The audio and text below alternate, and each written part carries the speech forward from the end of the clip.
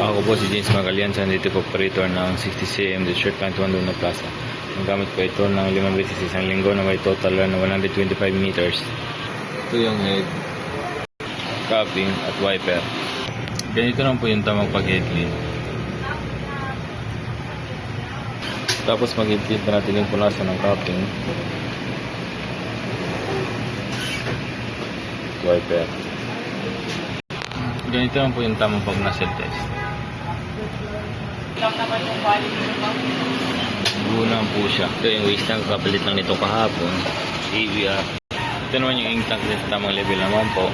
Ito naman yung mga use at unused. Meron ako 6 na white, 3 yellow, 3 black, 3 magenta, 2 cyan, 4 na 100 ml na white solution at 8 1 liter white solution. Meron akong 2 QE solution, resin powder na siyam, 6 na 60cm na film. Ito man yung weekly physical inventory ng 60cm. Sinama ko na rin yung dito dito. Updated naman po siya. Ito naman yung consumable gawas ng 60cm sa buong isang linggo. Updated din naman siya.